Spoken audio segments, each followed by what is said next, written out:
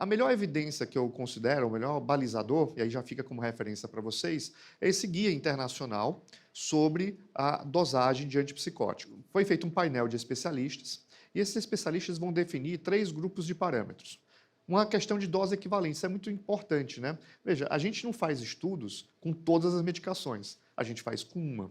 E aí a gente faz uma dose equivalente entre as medicações para poder estimar o quanto de uma determinada droga eu vou fazer a partir daquele estudo. Então, dose equivalente é algo importante, tem vários métodos para isso.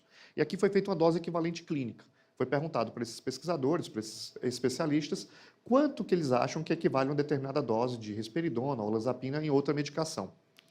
Dose mínima, dose alvo e dose máxima para cada antipsicótico e os fatores modificadores da dose. Qual que é o dilema aqui? Dose alta ou dose baixa?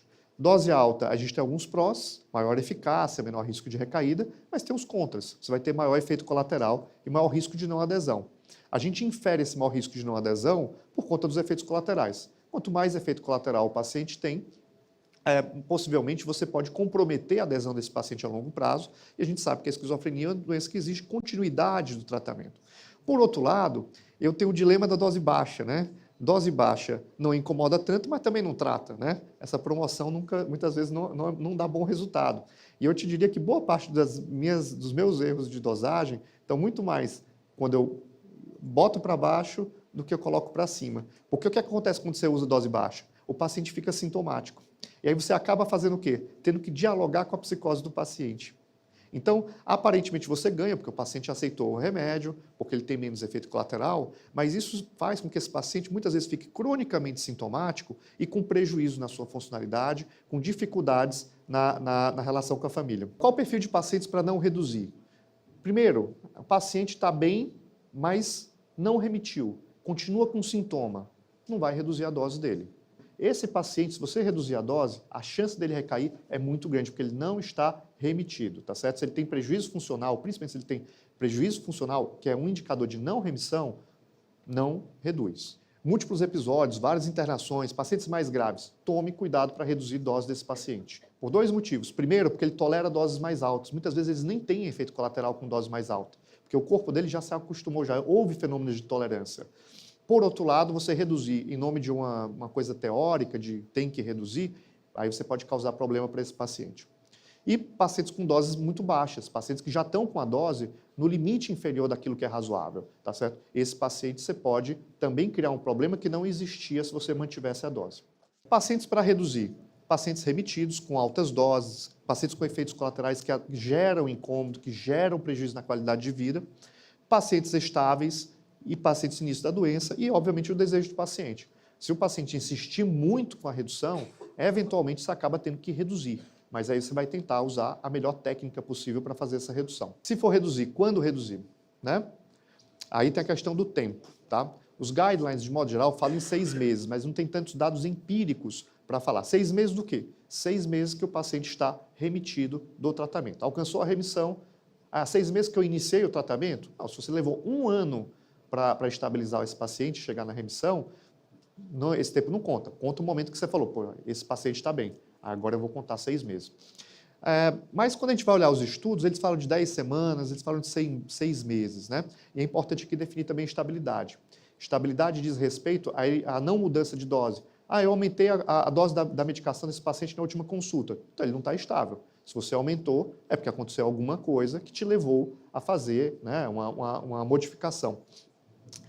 Sem mudança na dose do antipsicótico e o nível de funcionalidade constante. Eu me baseio muito pelo nível de funcionalidade do paciente, tá certo? Muitas vezes a gente não consegue enxergar o sintoma, mas a gente tem que enxergar como é que ele está na vida dele. Isso também é um alerta para a recaída. Aquele paciente tem um padrão de comportamento, de repente ele muda o padrão dele. Fica de olho, isso aí possivelmente é uma recaída que está vindo. Então, o resumo da questão do tempo.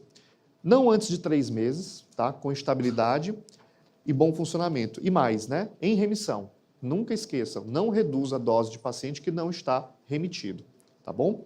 E quanto mais tempo, melhor. Quanto mais tempo o paciente estiver estável, melhor. A última questão, né? Como reduzir? Tem crescido na literatura essa questão da síndrome de retirada dos antipsicóticos, tá? Eu vou traduzir isso aqui em um raciocínio do Horowitz e do Robin Murray. O normal é a gente fazer uma redução em intervalos fixos, né? O psiquiatra tudo gosta de ter um pouquinho de toque, né? vai reduzindo 2 miligramas, de 2 miligramas, 2,5, 2 miligramas.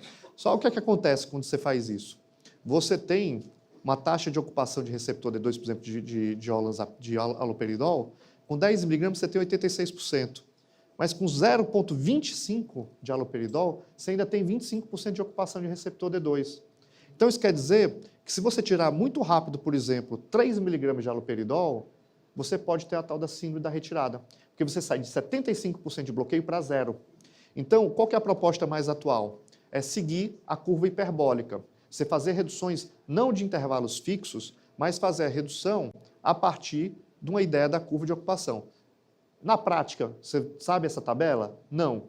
Qual que é o raciocínio? Tomar cuidado com as doses mais baixas. Se por algum motivo você for tirar o haloperidol, que eu acho tirar o antipsicótico, principalmente nas doses mais baixas, você tem que fazer uma retirada mais gradual. Ou seja, não é tão preocupante tirar as doses mais altas. O mais preocupante é no final da dose. Sobretudo, a gente acabou publicando uma carta em resposta a esse artigo, eu, o Bressan e o Costard, no British Journal of Psychopharmacology, sobretudo para medicações mais potentes, né? Uma coisa é quetiapina, outra coisa é haloperidol. Quetiapina é mais tranquilo você fazer a retirada, com haloperidol é mais complicado, porque a potência é maior.